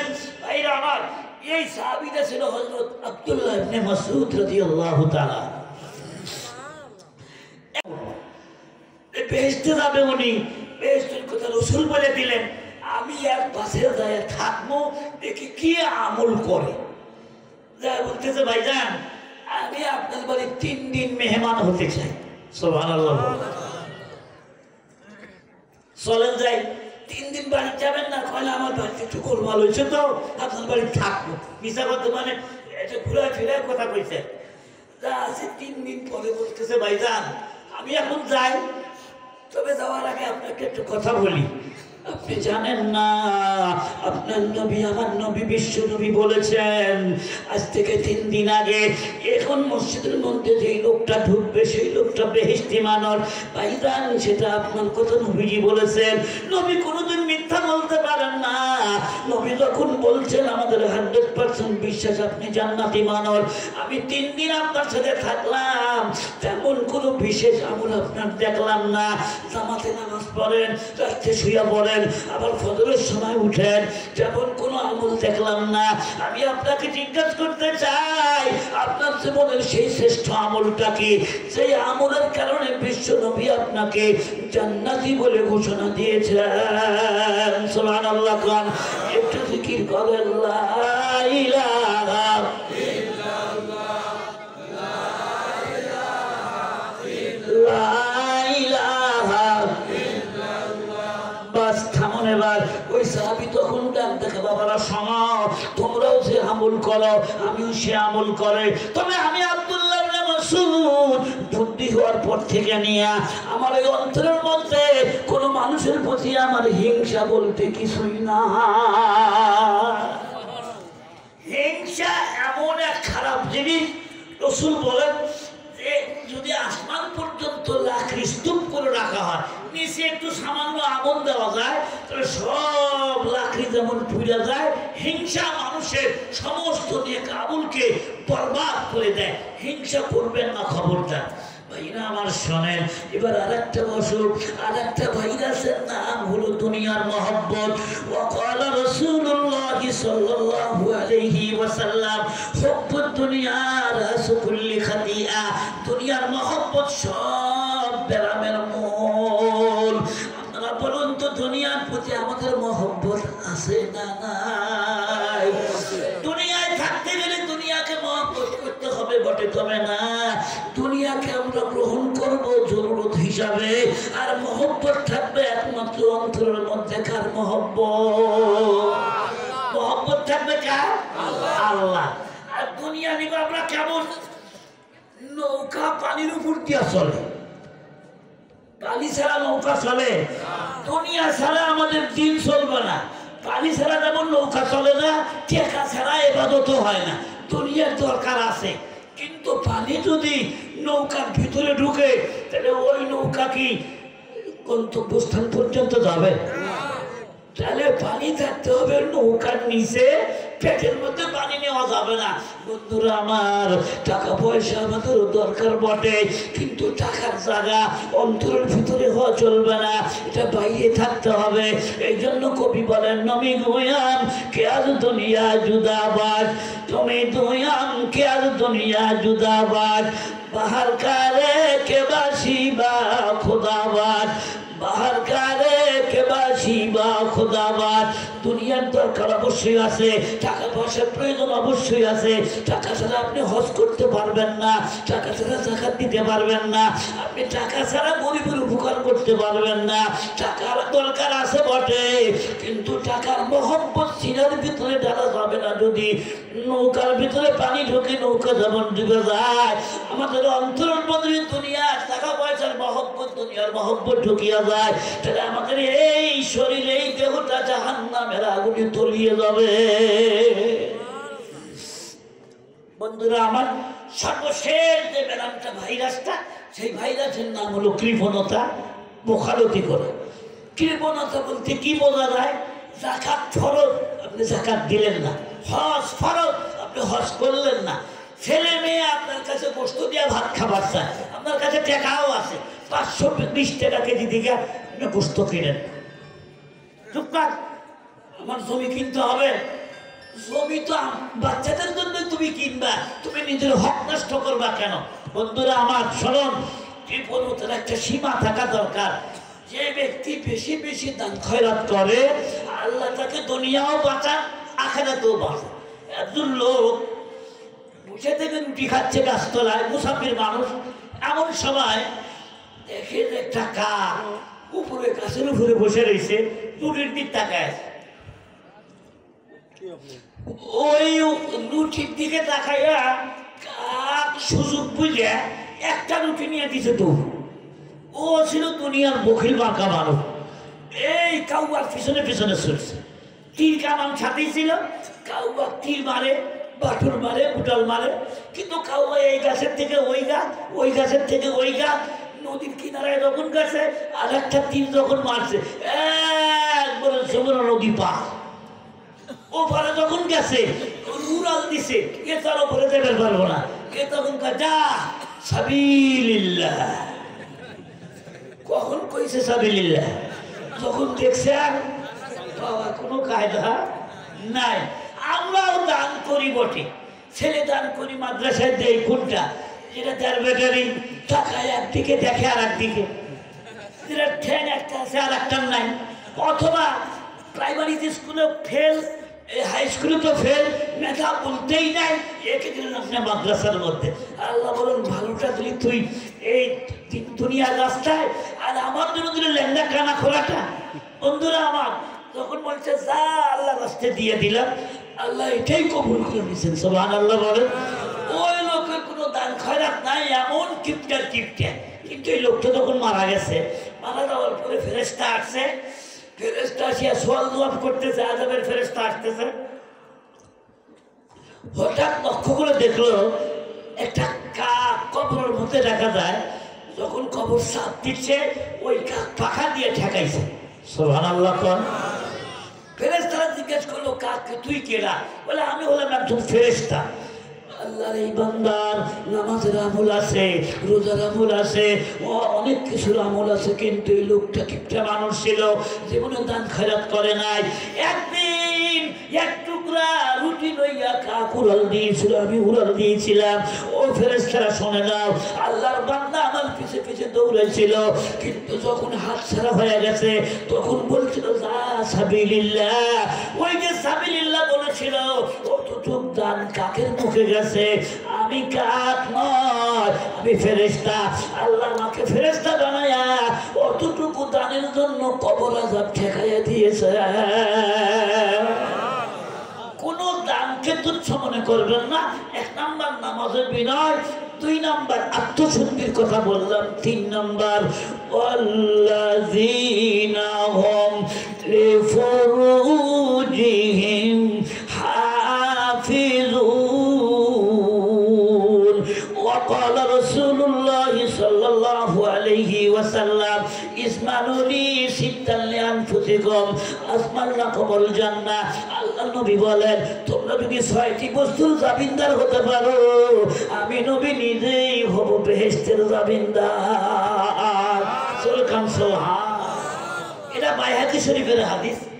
রাসূল বলেন 3 নম্বর লক্ষণ আমার আল্লাহ বলেন জান্নাতুল ফেরদাউসের অংশীদার হবে ওই নারী, ওই পুরুষ, ওই যুবক, ওই যুবতী যারা নিজের বিবি ছাড়া এই লজ্জাস্থান সরঞ্জাম অন্য জায়গায় ব্যবহার করে নাই, রাফ ইউজ করে নাই, পরকিয়া করে নাই, ব্যভিচার করে নাই, নিজের লজ্জাস্থানকে হেফাজত করতে যারা ইল্লা আলা আযওয়াজিহিম আও মা মালাকাত আইমানুহুম ফাইন্নাহুম গায়রু মালুমিন। আল্লাহু আকবার বলেন। এই লজ্জাস্থান অন্য জায়গায় ব্যবহার করা যাবে না। আমার নবীজি বলেন 6টা বস্তুর জামিনদার হবে আমি নবী নিজেই তার জন্য বেহেশতের জামিনদার। 1 নাম্বার উস্তুকু ইদা হাদাসতুম, সত্য কথা বলবে যখন তোমরা কথা বলবে, যখনই কথা বলবে মিথ্যা বলবে না, সত্য কথা বলবে। নাম্বার 1 সুবহানাল্লাহ কোন নাম্বার 1 বলতেছি মনে রাখার চেষ্টা করেন। 1 নাম্বার সত্য কথা বলা। যে ব্যক্তি সত্য কথা বলবে আমার নবী বলেন যে আমি নিজেই তার জন্য বেহেশতের জামিনদার। আচ্ছা বাবা, নবী যদি জামিনদার হয় আমাদের কোনো চিন্তা আছে? এই হাদিসটা কি মিথ্যা? না, ভাই হাদিস শরীফের হাদিস। এই হাদিসটার ভিতরে 2 নাম্বার যে কথাটা বলেছে, 1 নাম্বার উস্তুকু ইদা হাদাসতুম, 2 নম্বরে আউফু ইদা ওয়াআদতুম। ও আমার উম্মতের বেটা বেটিরা যখন ওয়াদা দিবে তখন ওয়াদা পূর্ণ করবে।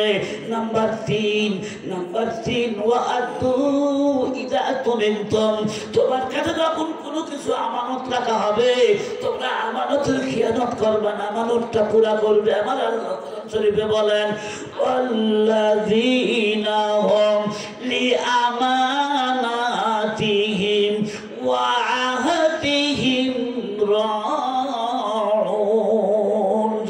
সুবহানাল্লাহ। 1 নাম্বার নামাজের বিনয়, 2 নাম্বার আত্মশুদ্ধি, আর 3 নাম্বার লজ্জা ছেড়ে হেফাজত, 4 নাম্বার আমানতের খিয়ানত করবে না যারা জান্নাতুল ফেরদাউসের অংশীদার হবে তারা।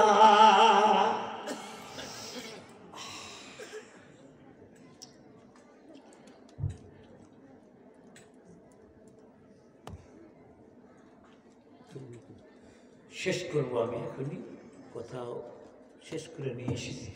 বিরক্ত হচ্ছেন আপনারা? বন্ধুরা আমার, আমানত কাকে বলে?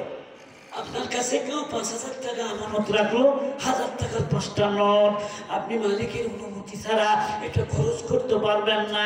মালিকের অনুমতি ছাড়া যদি আপনি এটা ভাঙান, 500 টাকার যদি 20টা নোট 500 টাকার নোট বানায় রাখলেন 1000 টাকার নোটকে, এটা অনুমতি নাই।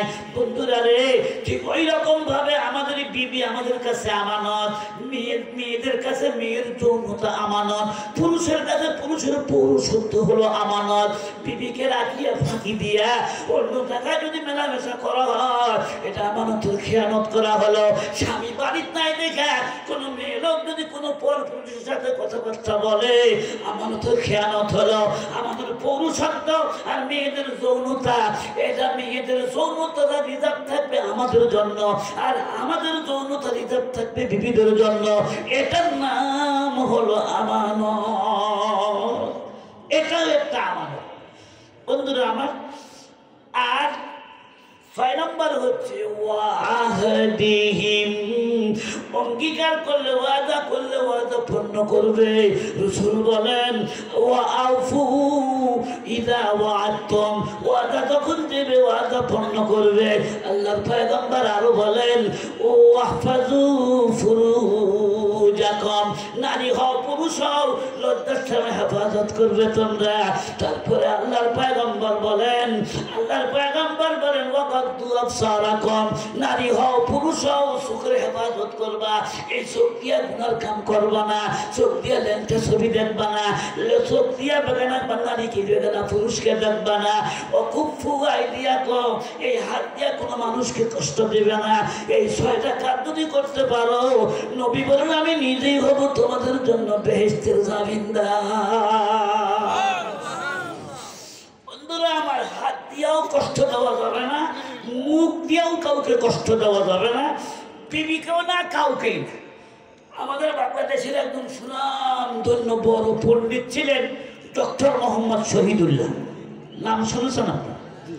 ডক্টর মোহাম্মদুল্লাহ শহীদুল্লাহ ছবিও আছে, বই পুস্তকে আছে। লম্বা দাড়ি ছিল, একটু সুবহানাল্লাহ বলবেন না?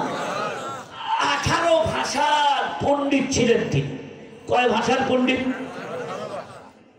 আমরা তো 2-3টা জানি, উনি জানতো 18 ভাষা, খালি জানতো না, পণ্ডিত মানুষ ছিলেন। কিন্তু উনি শিক্ষিত মানুষ বটে, মুখে দাঁড়িয়ে নাই, মোশো নাই। স্টাডি করতে করতে মন ছুটে গেছে আল্লাহর দিকে। সুবহানাল্লাহ। হেদায়েতের মালিক কে? সেই সময় পূর্ব বাংলায় ফুরফুরার দাদা পিসাব নামক এক পিসাব ছিল, আবু বকর সিদ্দিক রহমতুল্লাহ আলাইহি। উনি মুজাদ্দিদে জামান ছিলেন, বহুত বড় মাফের বুজুর্গ ছিলেন। ওনার কাছে বায়াত হয়েছে, বায়াত হওয়ার পরে ওখানে আছে, পিসাবের কথা শুনে দিল নরম হয়ে গেছে। সুবহানাল্লাহ। মুরিদকে সাথে করে দাওয়াত খাইতে যায়, ও আসে গেছে এক জায়গায়, ও চলতেছে, পিসাব হুজুর নিজেই বয়ান করতেছে। বড় বুজুর্গ মানুষ, বয়ানের এক পর্যায়ে হুজুর নিজেও কাঁদতেছে, আর ডক্টর মোহাম্মদ শহীদুল্লাহ চোখেও পানি যখন এসে গেছে, হুজুর তখন মনে করলো এখন চুলা গরম হয়েছে। এতদিন দাঁড়িয়ে দেখার কথা আমি বলি নাই, চুলার তাওয়া গরম না হলে পিঠা দিলে পিঠা হয় না। ডক্টর মোহাম্মদ শহীদুল্লাহর দিল এখন তৈরি হয়ে গেছে, চোখের পানি যখন পড়তেছে, ডক্টর মোহাম্মদ শহীদুল্লাহর মুখের মধ্যে হাত রাখা, বাবা রে তোমার কি এখনো নবীর কলিজার মধ্যে বেলেট লাগানোর সময় যায় নাই? তুমি কি এখনো নবীর কলিজায় আঘাত করবা? তুমি কি নবীর সুন্নতটা মুখের মধ্যে রাখবা না? পিসাবের হাত ধরে বলে হুজুর আপনি যখন আমার মুখের মধ্যে হাত দিয়েছেন, ওয়াদা দিলাম জীবনে আর কোনোদিন দাড়ির মধ্যে বেলেট লাগাবো না। 7 দিন পরে যখন বাইর গেছে, ডক্টর মোহাম্মদ শহীদুল্লাহ তো বড় পণ্ডিত, উনি সাহেব, ওনার বউ কি মূর্খ মানুষ? কথা কয় না রে? সাহেব যত বড় হয়, বউ তো তত বড় সাহেবায় হয়।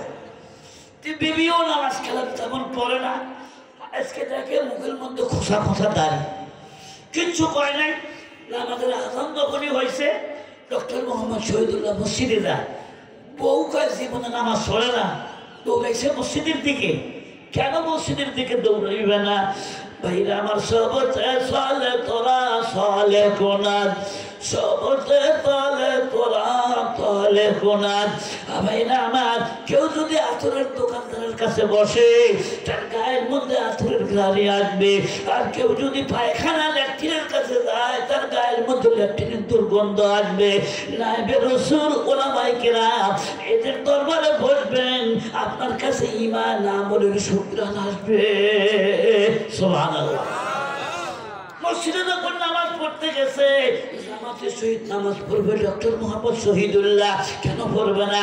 ডক্টর শহীদুল্লাহকে আল্লাহ জান্নাতুল ফিরদাউসের অংশীদার বানাবে। আমার আল্লাহ বলেন ওয়াল্লাযীনা হুম, 7 নম্বর, ওয়াল্লাযীনা হুম আলা সালাওয়াতিহিম ইউহাফিজুন।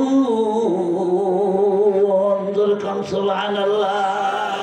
জান্নাতুল ফিরদাউসের অভিশাপে ওরা আযান শোনার পরে মসজিদে যাবে যারা। আল্লাহ আমাদেরকে মসজিদে যাবার তৌফিক দান করুন, জোরে কানা আমিন। 2টা কথা আমার বাকি আছে। মেয়েটা নামাজে আছে, স্বামী তাস খেলতেছে, মনে আছে কথা?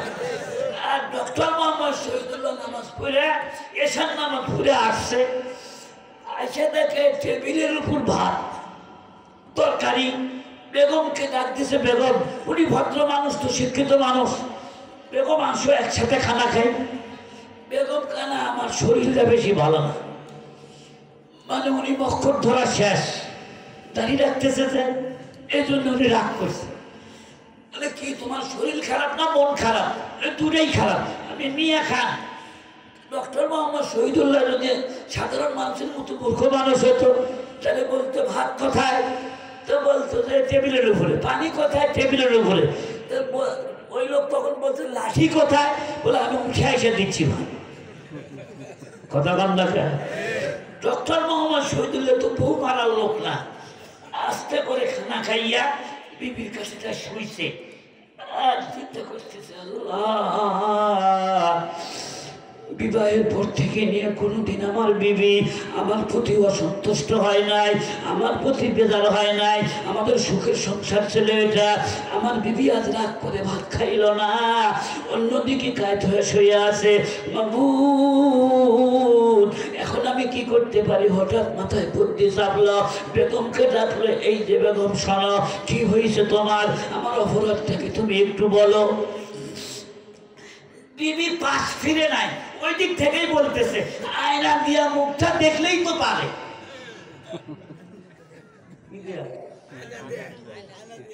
একজন বলে বউয়ের সাথে 3 বছর হলো কথা কয় না। কয় বছর? আমি জিজ্ঞেস করলাম 3 বছর কেমনে চললে? কয়েকজন ওইভাবে চলছে, কথাবার্তা কয় অ্যাঙ্গেলে চলছে। অ্যাঙ্গেলে কি বে? আজকে কি বাজারে যাওয়া লাগবো? কথা তো কই না। কই বাজার ঘাট কি লাগবো? খাইলে পরে থাকবে, খাওয়া যদি লাগে তাহলে বাজারে থাকবে। আপনি সব থাকুন তো কয়, ও কথা কয় না, এও কথা কয়, অ্যাঙ্গেলে মারতেছে। কি সুখের সংসার! আমি কই যে খাওয়া দাওয়া কিভাবে চলে?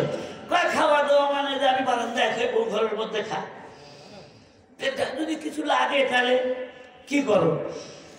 আমি তখন বলি যে ডাল টাল কি আছে? তোর ভিতর থেকে কয় চাইলেই তো পারে। এই অ্যাঙ্গেলে চলতেছে 3 বছর। আরে সুখের সংসার এর নাম সুখের সংসার নয়। বিশ্বনবী বাড়িতে যাইতেন, আমা আয়েশা বলেন রান্না হয় নাই, নই বলে আয়েশা কোনো অসুবিধা নাই, আমি তরকারি করতেছি, তুমি পানি নিয়ে আসো, আমি ভাত বাড়ি, আমি রুটি বানাই, তুমি এটা করো। বিশ্বনবী কোনোদিন রাগ করেন নাই। যে বইয়ের কাছে ভালো সে আল্লাহর কাছেও ভালো। ডক্টর মোহাম্মদ শহীদুল্লাহ চিন্তা করলো, দাড়ি তাকে ধরেছে, মাবুদ আমি দাড়ি রাখবো, দাড়ি যদি আমি আবার কাটি পীরের কাছে মজা খেলা হবে, আমার বিবি রাগ করে, রাগ করুক, হাসরের নাম যখন কায়েম হয়ে যাবে, হাউজে কাউসারের পানি আমার বিবির কাছে থাকবে না। আমার বিবি আজবাদ কাল মারা যেতে পারে, কিন্তু হাউজে কাউসারের পানি নবীর কাছে থাকবে। আমি নবীর কথা ছাড়বো না, আমি দাড়ি কিন্তু ছাড়বো না। তাহাজ্জুদের মুহূর্তে উঠে 2-4 রাকাত নামাজ পড়ে ডক্টর মোহাম্মদ শহীদুল্লাহ মাওলার কাছে বলে, আল্লাহ আমি ভদ্রলোক মানুষ, আমি বউ পিটাইতে পারবো না, কিন্তু আমার অন্তরের একটা বিশ্বাস তোমার কাছে হেদায়েতের চাবি আছে। ইন্নাকা লা তাহদি মান আহবাবতা ওয়ালাকিন্নাল্লাহা ইয়াহদি মান ইয়াশা। জবান করে বলুন তো হেদায়েতের মালিক কে? তাহাজ্জুদের মধ্যে দোয়া কবুল হইয়া গেছে, ফজরের নামাজের পরে বলতে স্বামী আমার ভুল হইয়া গেছে, নবীর সুন্নত কি আপনার সাথে রাগ করা ঠিক হয় নাই, আপনি দাঁড়িয়ে রাখেন, আমিও কথা দিলাম আমি আর কোনোদিন তাহাজ্জুদের নামাজ কাজা করব না। তার মানে স্বামীর কান্নাকাটি দেখে বিবির দিলটা নরম হইয়া গেছে। এবার বুঝে থাকলে বলুন তো হেদায়েতের মালিক কে? শয়তান বলতেছে তুই কিসের তাস খেলিস, তাড়াতাড়ি দৌড়া, ছেলে মনে হয় মারা গেছে। এত মনে আছে? মনে আছে? আয়েশা দেখে যে হ্যাঁ বউ নামাজ পড়তেছে, মেজাজ তো খুব গরম, লাঠি একটা নিয়ে এসে বউ সাইজ করবো। বউ পরে সাইজ করি, আগে দেখি তো ছেলে কোথায়, এটাকে ছেলে আগুনের মধ্যে পড়ে গেছে। তার আগুরা করে কাছে দেখে আগুনের মধ্যে ছেলে পড়ে গেছে বটে। দাও দাও দাও দাও করে চলতেছে, কিন্তু বাচ্চার কিছু হয় নাই। বাচ্চাকে আগুনের ভিতর থেকে তুলতে চায়, কিন্তু আগুনের তাপ লাগে। বিবির নামাজ তখন শেষ। বিবিকে বললো, বিবি তোর বিচার পরে হবে, আগে ছেলেটাকে উঠা। বিবি তখন ছেলেকে দেখছে, তাজা সন্তান, আমাদের মধ্যে মনে নাই। স্বামী আপনি উঠান কয় না, আমি তুললে পরে হাতের মধ্যে তাপ লাগে। বিবি তখন বলে, দুনিয়ার আগুনের তাপ যেমন আপনার হাতে লাগবে আমার হাতেও লাগবে। কয় না তুই নামাজি, ও বিবি আমারে মাফ করিয়া দে। আমার বিশ্বাস তোর অনুশোচন মনিয়া, তোর নামাজের কারণে, তোর দোয়ার কারণে তোর বাচ্চা যখন আগুনে পড়ে নাই, তোর হাতেও আগুন ধরবে না। বিবি আল্লাহর নাম নিয়ে যখন বিসমিল্লাহির রহমানির রহিম বলে আগুনের মধ্যে হাত দিল, আল্লাহ জ্বলন্ত চুলাখানা আগে ইব্রাহিম নবীর ফুল বাগান বানাইছিল।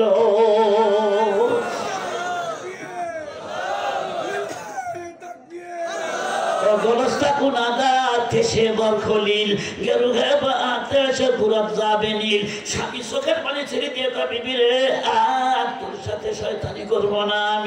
আমি আজকে থেকে তওবা করলাম, জীবনে আর কোনোদিন নামাজ ছাড়বো। আমরাও আজকের থেকে ওয়াদা দেই, আমরাও নামাজ ছাড়বো। বন্ধুরা আমার, আমলের যে কয়টা কথা আজকে শুনছেন, আমরা বক্তা শ্রোতা সকলেই যেন আমল করতে পারি। জোরে বলো না আমিন। এই মাহফিলের আয়োজনকারী যারা, আমার অত্যন্ত স্নেহের ছোট ভাই আবু তাহের সিরাজগঞ্জেই থাকে, আমার সাথে সবসময় যোগাযোগ লক্ষ্য করে চলে। ওনার বাবা আব্দুল হান্নানের বাবা আবু তাহের আব্বা আগের থেকে আমার সাথে সম্পর্ক। খুবই মাদ্রাসায় যাতায়াত করছে, অসুস্থ, মাথায় প্রবলেম। আমি দোয়া চাই আপনাদের কাছে, কোন আল্লাহ আপনার পূর্ণ সুস্থতা দান করুন, আমিন বলেন। আর এরা কয়েকটা ভাই মোটামুটি দিনের উপর থাকার চেষ্টা করতেছে। আবু তাহেরকে আমি বললাম যে তুই আমার দাওয়াত দিলি, তোর ছেলে একটা মাদ্রাসার দিবি না? হুজুর দিছি। আজকে যে ছেলেটা ওই যে সূরা পড়লো, তাব্বাতের সূরা পড়লো, এটা রেলওয়ে মাদ্রাসায় পড়ে, এত সুন্দর চেহারা। আল্লাহ যেন হাফেজ হবার তৌফিক দান, আল্লাহ যেন আলেম হবার তৌফিক দান করেন। জোরে বলুন আমিন। অনেক বড় বড় টাকাওয়ালারা টাকা ফুরাইতেছে ফুর্তি করে পার্টি দিয়ে, তাই না? পার্টি দেয়, ডিজে পার্টি। কি পার্টি? নাচানাচি করবো, মদ খাইবো, ফুর্তি করবো, ডিজে পার্টি। জন্মদিবস, মৃত্যু দিবস, বিবাহ, প্যারেজ ডে, বাদ দে, এগুলা সব পালন করে করে টাকা পয়সা ফুরায়। আর আমার অত্যন্ত স্নেহের ছোট ভাইরা এখানে ডিজে পার্টি না করে কোরআনের মাহফিল করলো। যদি একটা বিষয় কোনো মানুষ আমল করতে পারে, এই মাহফিল সার্থক হবে। আমি আপনাদের সকলের কাছে দোয়া চেয়ে নিয়ে আজকে আমার কথা শেষ করছি। সবাই আমার সাথে বলেন, লা ইলাহা ইল্লাল্লাহ মুহাম্মাদুর রাসূলুল্লাহ। মোহব্বতে একটু জিকির করেন, লা ইলাহা ইল্লাল্লাহ, লা ইলাহা ইল্লাল্লাহ, লা ইলাহা ইল্লাল্লাহ। বাস থামো।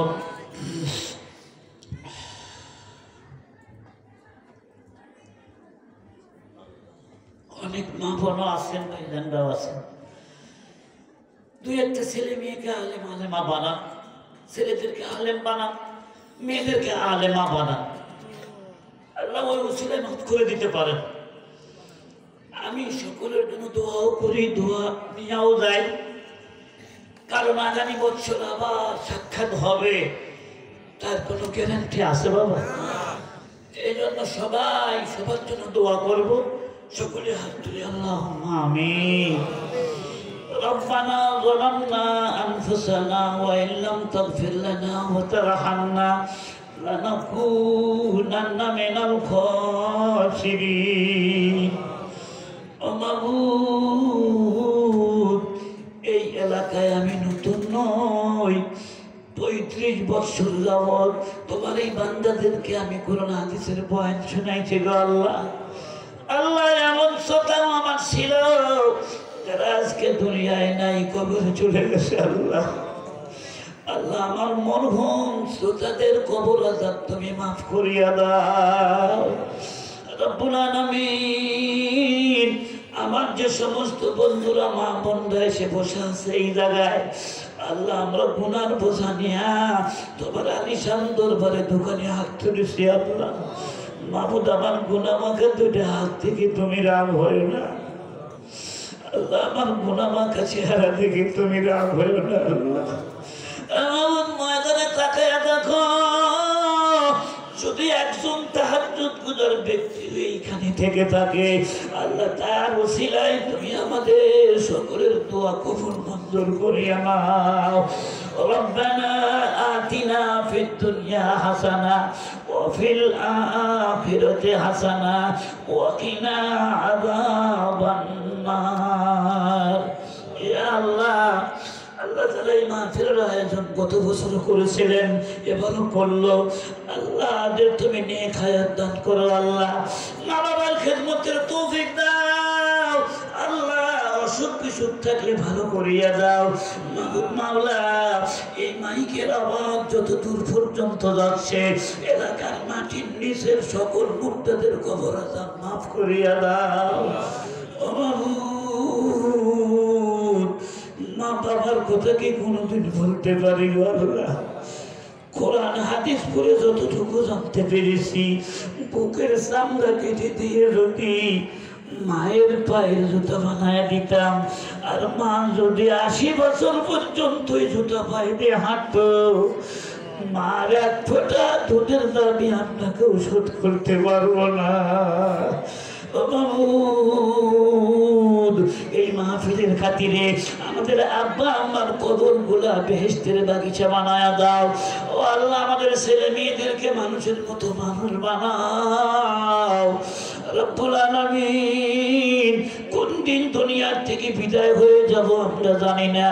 আল্লাহ যেদিন আমাদের যাবার সময় হয়ে যাবে, আল্লাহ ঈমান হারা করে আমাদের কবরে নিও না গো আল্লাহ।